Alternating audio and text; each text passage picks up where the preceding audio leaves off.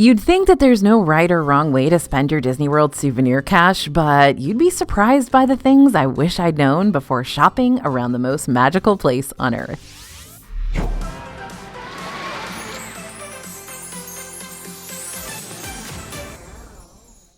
Hey everybody, it's AJ for Disney Food Blog. Okay, look, I'm gonna hold your hand when I say this, but there's a good chance you're thinking about shopping around Disney World all wrong. And if you don't agree, well, just wait till we get to point 11 in this video because you might find yourself getting humbled real quick. I know, that's how the entire DFB team felt when I brought it up. Whoopsies. Okay, today I'm gonna tell you the good, the bad, and the way too expensive truths when it comes to shopping around Disney World, and how you can be a smart shopper even when you're in the middle of vacation. First, and I love this tip, you can often exchange broken stuff. The power of Disney magic doesn't save your souvenirs from busting on the pavement when you trip over Main Street USA trolley tracks and drop them in a desperate attempt to catch yourself. But you know who can save them? Cast members. Okay, cast members are magical, but I don't mean they can just wave their hands and say bibbidi bobbidi boo and your kid's bubble wand will be as good as new again. I mean that cast members can often exchange items that break during your park day if something were to happen to them. Now, that's not going to be the case for every item. If you get a wild hair and purchase the $50,000 Erebus Brothers Swarovski Crystal Cinderella Castle in Magic Kingdom, that's not exactly an easy item to replace, though I don't think you'd want to be lugging that thing around the park with you anyway, so that's kind of a drastic example. Regardless, the things that are fairly easy for cast members to replace are bubble wands, light up necklaces, balloons, things like that. Just make sure you've got your day of receipt on you as proof of purchase. And if for some reason a cast member can't make the exchange at the moment, just remember these guys are doing what they're told and thank them for their time anyways. However, more often than not, the swap out should be pretty easy, as long as you're not taking advantage of the system and trying to swap out a bunch of broken stuff, which I know you wouldn't do because you're better than that. This is more for when, accidents happen or the thing just breaks and there's nothing you could have done about it. Okay, let's talk Disney gift cards. I talk about Disney gift cards a lot on this channel, and I think it always kind of throws people off at first because I talk about getting gift cards for yourself instead of getting them for other people. Doesn't that defeat the whole gift part of a gift card? Yeah, maybe, but regardless, stocking up on your own supply of Disney gift cards before your trip is seriously one of my favorite souvenir and money-saving hacks that I use consistently for my Disney World visits, which is why I added it, along with a whole bunch of other money-saving tips for travel and hotels and restaurants in our free Disney World planning worksheets, which you can download right now if you want them, just by scanning the QR code you see on the screen or by heading to disneyfoodblog.com/disneyplans after this. Okay, I guess I should explain why these gift cards are as nifty as they are on a personal level. If you purchase Disney gift cards ahead of your visit at places where you have a membership discount, then you'll actually be spending money to earn more money. Gift cards can be used all around Disney World, even when it comes to purchasing hotel rooms and multipass and food, you name it. But purchasing gift cards at these specific shops might wind up saving you between 5 and 10% on each gift card purchase. Here, let me show you some specifics. Sam's Club offers a variety of discounts on Disney gift cards of different amounts. The discount availability varies, but members can typically get a $200 gift card for $185 or 7.5% off. There are occasionally additional sales and bonuses available, like around the holiday season. Target issues red cards for their members, and when you buy things from Target using your red card, you'll get 5% off your total purchase. While this discount excludes purchases of Target gift cards, it does not exclude purchases of Disney gift cards. BJ's Wholesale also offers a variety of discounts on Disney gift cards of different amounts. The discount availability varies, but members can typically get a $500 gift card for $480 or 4% off. There are occasionally additional sales and bonuses available, like around the holiday season when you might get up to 6% off. And over at Costco, sometimes members can find discounted Disney gift cards here as well. These savings do come and go off Costco's website, and the prices change from time to time, but you can usually get at least 5% more for your money by buying a Disney gift card through this store. Even if you don't use membership programs to help you save on Disney gift card purchases, you can still use gift cards as a solid budgeting strategy to help you keep track of how much you're spending around the park, since each purchase you make with a Disney gift card is going to come with a remaining total on the bottom of your receipt. Gift cards are also a great way to save back souvenir money leading up to your trip. Think of it this way.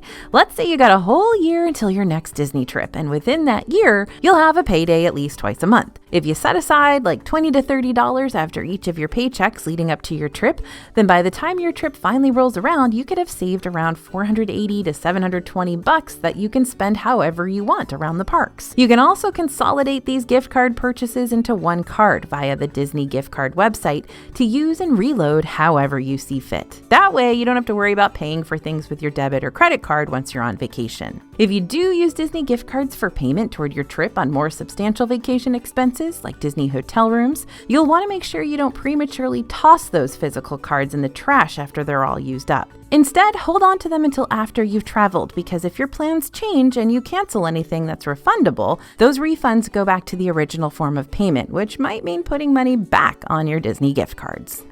If you start feeling a heavy sense of deja vu after stepping into your third or fourth Disney gift shop, that's because lots of the Disney gift shops aren't as unique as they pretend to be.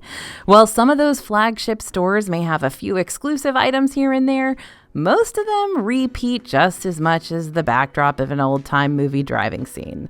If an item's available at one of the main flagship shops, more than likely you're going to find that same thing a zillion other places too. And hey, that's not necessarily a bad thing.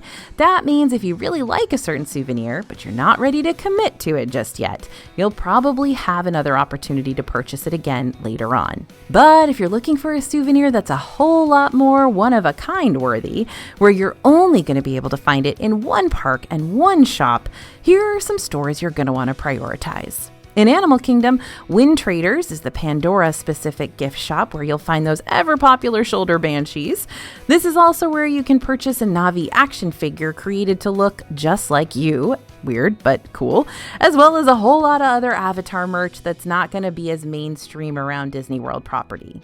Similarly, the variety of shops you'll find inside Galaxy's Edge and Hollywood Studios will offer up one-of-a-kind Star Wars merchandise, including things like authentic lightsabers, build-your-own droids, intergalactic pet adoptions, and tons of other knickknacks to add to your ever-growing Star Wars collection. When it comes to Magic Kingdom, the more unique offerings are a little more dispersed.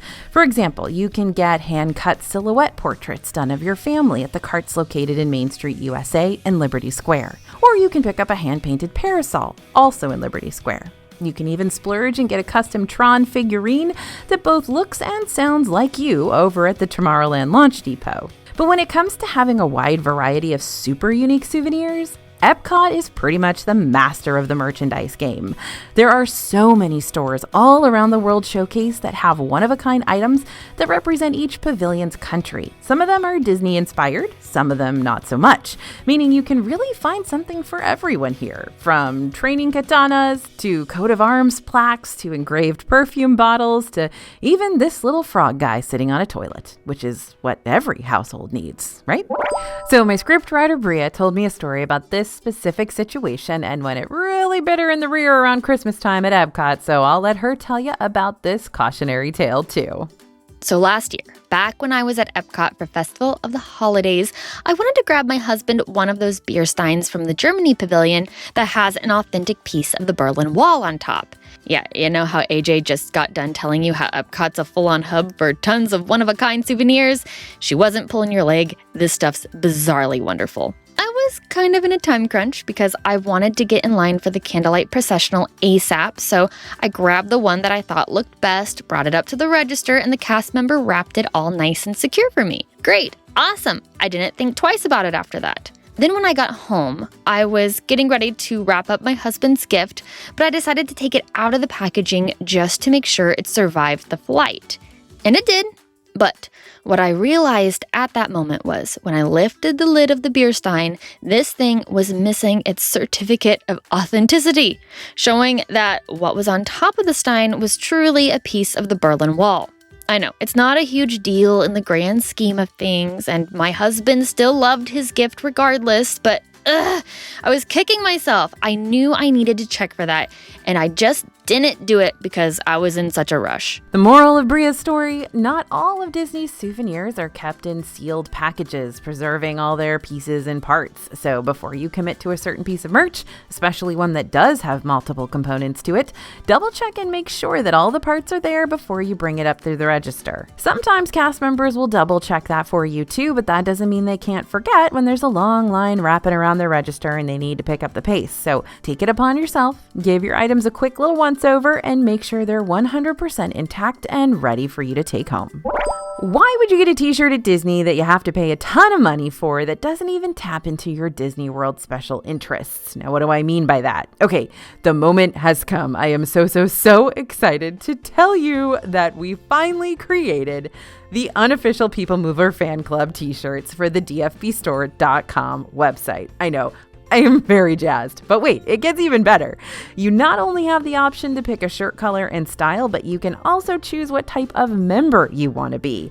As the president of this unofficial fan club, I'm still looking for people to fill the positions of assistant to the president, historian of transit, treasurer, secretary, and chief relaxation officer. So if you think you fit one of these roles, you can pick up a shirt today from dfbstore.com. Just remember, we take our roles here at the unofficial People Mover Fan Club very seriously, so only get one of these if you're serious about stepping up and representing us during your next Disney World vacation. Another classic money-saving tip straight out of the DFB advice vault. If Disney souvenir prices are looking a little too steep for your liking, you can always step out of the Disney bubble for a bit and check out what some of the nearby Disney outlets and character warehouses might have available. Orlando's Disney character warehouses have shelves filled with Disney products that, honestly, Disney just had a little too much of. The excess product fills this store and is often highly discounted. Not always, but usually. The two character warehouse locations in Orlando can both be found in Orlando premium outlets nearby. One is on International Drive and the other is on Vineland Avenue, closer to Disney Springs. If you can't find time during your vacation to hit up either of these shops, you may still have a Disney store near your hometown that also sells Disney authentic souvenirs. Sometimes those items will continue to be full price, but other times they'll have a pretty good discount tacked onto them. And even if you don't have a Disney store nearby, you can still shop for a lot of in-park merchandise in the Disney Store website too. You may even find a deal for free shipping or another heavy discount that could be applied to your order to make it a whole lot cheaper than if you would have bought it directly in the parks. So this is turning into a limbo. How low can we go? Price-wise, that is. If you're bringing a toddler to Disney, they're more than likely going to find something they absolutely love and have to have inside one of the Disney gift shops. Maybe that's a plushie or a pair of mini ears or a lot of costume jewelry or a Marvel action figure. I'm not telling you to not get your munchkin a Disney souvenir, but if you know for a fact they're so not going to know the difference between the $40 pair of ears they're currently carrying around versus the ear set for $20 that you found on Amazon, then you may want to pick up some of those cheapy, non-authentic Disney souvenirs ahead of your trip to surprise your younger kids with when you feel as if a case of the gimme gimmies is starting to bubble up to the surface at your poor wallet's expense. And since we're on the subject of mini ears, let's talk about something that drives me bonkers when it comes to these souvenirs. Mini ears come in all sorts of fun designs and colors and character influences, but you know what they also tend to come with? The world's longest tag. No, seriously, have you seen these? They look like when you get a receipt printed at a drugstore and it comes with a whole line of coupons attached. Not a fashion statement. Now, a select few Disney gift shops, namely the flagship stores, have a mobile merchandise checkout option that you can use through your My Disney Experience app. And I love this option. You can just scan your items right there in the middle of the shop, check out online, and skip the physical register lines altogether.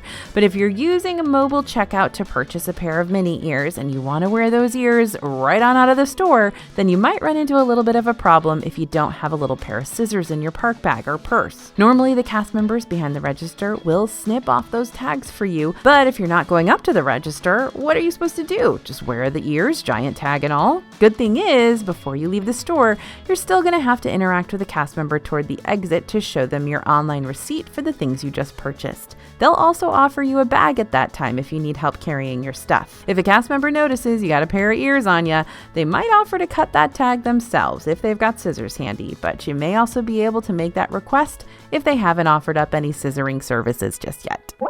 Now, some of you are like, hey, that's great about the mini ears, AJ, but what was that you were saying about mobile checkout? Okay, no problem. I got you covered. Like I mentioned before, merchandise mobile checkout gives you the option to pay for your Disney gift shop stuff through the My Disney Experience app instead of waiting in a long line to buy it at the register. Here's how it's done.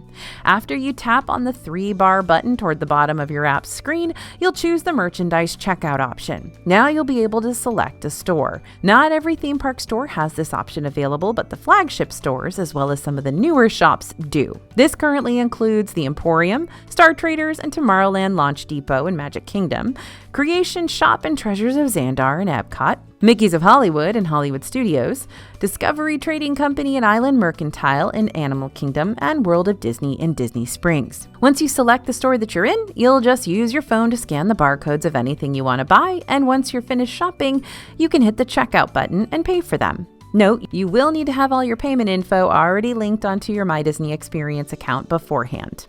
After you've paid, you'll see a QR code pop up, and this is what you'll hand to the cast member at the door. They'll scan the code to verify that you've paid for your purchases, and then you are good to go. Okay, I'm going to save you the whole will they, won't they debate, because I've been in your shoes and I know what happens after a kid begs and begs and begs for one of those giant lollipops. They take a few licks and then they get tired of carrying it around. It's why I love packing Ziploc bags or plastic bags, whatever, they don't have to be Ziploc, in my park bag so much. These are the ultimate snack savers when the snack you purchased, whether it be a big old lollipop or some other snack entirely, is just too big or too sweet to devour all at once. And yet you don't want to throw the rest of it away because you spent good money on that thing and it'd be a waste. But I'm going to add a little asterisk side note to this one. If you know your kid is going to want a giant lollipop and you know you're going to need to bring a Ziploc bag to store it in, might I suggest also bringing a rubber band with you? Maybe it's just me and my texture sensitivities, but it kind of grosses me out to reach into a Ziploc bag after it gets all moist and sticky from a lollipop. I actually kind of want to gag just thinking about it. Now, Disney actually sells a whole lollipop saver in their confectionery shops for this very reason, but if you're not looking to spend an extra $11 for one of those dudes, then put the baggie around the sucker and rubber band it so the stick is still exposed, and then you got the mom park hack of the year. Just use that $11 to go get like a gin and tonic or something. It's not always avoidable. Sometimes you've got to buy the sunscreen or the extra diapers or the earplugs, and you've got to buy them right now. Or, like the Advil. Grocery delivery apps, we always use Kroger Delivery, can help get these necessities delivered to your hotel as soon as possible. But as soon as possible still means it could take up to an hour or more to finally arrive at your hotel lobby. So the fastest and easiest solution is going to be grabbing those basic necessities at your Disney hotel gift shop. And that's great. Peachy keen. But what's not so peachy keen is that Disney definitely takes advantage of the whole convenience factor for their gift shop necessities, meaning you will pay more to purchase these items when they typically cost a whole lot less at your local big box store. Of course, I'm going to tell you to double, triple, quadruple check your luggage to make sure you've got all those necessities packed before you reach this point of desperation. But believe me, I know, and I've been there. This point of desperation can still happen. So it's also not a bad idea to budget some emergency cash just in case you do forget something and need to purchase it at your Disney hotel gift shop at the last second. Things happen, and having to purchase like a bottle of swimmer's ear at your Disney hotel gift shop at the last minute because your toddler's screaming at the top of their lungs after a day at the pool and they refuse to go down for a nap is definitely splurge worthy if it's going to make life easier for everybody. Oh, and for the record, a few non-Disney owned hotels that are still located on Disney property, like the Swan and Dolphin and the Holiday Inn Orlando, have these CVS/Pharma Box vending machines where you can purchase lots of different last-minute essentials like sunscreen, allergy relief, Band-Aids, razors, feminine products, and swim diapers too. Not only are these vending machines super convenient, but they seem to be kept at a pretty reasonable, less inflated price point than what the Disney hotel gift shops will offer. Just something to keep in mind if you're staying at one of these hotels, or if you happen to be close by during your trip. If I've learned anything from working on my new book, Disney Adult, which is finally coming out this August, and I still can't believe those words are coming out of my mouth right now, it's this. FOMO can hit anyone, anywhere, at any time, and it'll hit you hard when you're in the Disney bubble. I still talk about how I completely blacked out when Galaxy's Edge first opened, and I bought everything everything. I have a porg puppet for some reason. I don't even know what that is. Anyway, when emotions are already high from being on vacation in the first place and you want to make sure you're experiencing and purchasing things that other people are going to be super jealous about when they see you post about it online, your FOMO tendency could also turn into herd mentality if you're not careful. Suddenly, you see everyone lining up for, a Figment popcorn bucket, and you find yourself standing in a forever long line just because everyone else is doing it, so it must be worth it, right? If a Figment popcorn bucket is really what you wanted the most out of your trip, that's one thing. But to blindly follow the crowd and come to after the FOMO haze has lifted, wondering what on earth you're going to do with this popcorn bucket now that you have it, that can be a really humbling realization at the expense of your souvenir money. And I'm speaking from total experience. I can't tell you how many plush bing bongs I have in my closet. They still smell like candy. Why? Why do I have more than one? Anyway, make sure that the things you buy in Disney are the things you actually want and are going to use, and not just stuff you're going to get to, say you have it. Again, I have no room to judge, and those impulse purchases can still lead to some pretty fun vacation memories, but it's a good idea to come into the parks with more of a game plan. Set aside a daily souvenir budget for yourself. Check out our latest news videos that release on the DFB channel every Saturday and see a roundup of the latest merchandise offerings to help you save up for the things you really want ahead of time. And before you make any sudden purchases, be sure to stop and walk around the store for a minute. You can carry it around with you, that's fine. And give your brain a chance to push past the FOMO haze to find out if this is really something you want to own or if this is something that's inevitably going to wind up at the bottom of your closet or pantry. Why is package delivery still gone from our lives? Why? Okay, once upon a time, you could purchase items from around the Disney World parks and get them sent back to your hotel, so you didn't have to worry about carrying around a giant Stitch plushie all day long. Or those weighted plushies that are 15 pounds. I know they're not 15 pounds, but they sure do feel like it after you've carried them around all day. But package delivery still hasn't returned for Disney World hotel guests, meaning you've got to really think about those big purchases you make during the day. For me personally, I like to hold off on the giant things until the end of the day so I can tote them back to the hotel right after I leave the park. Like those porg puppets. Or if I'm staying in a resort within walking distance to my hotel room, like how the monorail resorts are super close to Magic Kingdom and the Skyliner resorts can get you to Epcot or Hollywood Studios super fast, then I'll just travel back to my room and drop off bigger stuff before moving on with the rest of my day. There are also lockers that you can rent at each park in front of the park gates. Those are going to cost you $12 to $14 for the entire day, and these do a pretty bang up job of keeping your stuff safe too. But keep in mind that lockers are non-transferable, so if you plan on park hopping, you will have to gather your belongings and pay for a whole other locker when you get to the next park. Or you'll have to backtrack to the park you purchased the locker at to collect your stuff before the end of the day. That can be a nuisance, and I don't know about you, but I will definitely forget. Another strategy I also like to use is the ship it back home strategy. Sure, the gift stores won't send your items back to your resort anymore, but they can still mail them back to your house. Just let the cast member behind the register know that you want your package sent home, and they'll get you all set up for that. Note that shipping and delivery fees still apply. Now, I don't know if today's video helped relieve that wad of cash burning a hole in your pocket or added more fuel to the flame, but whatever the case may be, we're always here to help save your wallet from complete combustion. So if you're looking for more ways to smartly save and spend money around Disney property, be sure to check out one of our other recent videos, like Never Buy This in Disney World, next, for a few other harsh reality checks, since we all love those, right? And don't forget to pick up our free Disney World planning worksheets right now over at disneyfoodblog.com/DisneyPlans. Totally free, won't cost you a dime. Thanks for listening, everyone, and thanks for watching. As always, this is AJ for Disney Food Blog, and we'll see you real soon.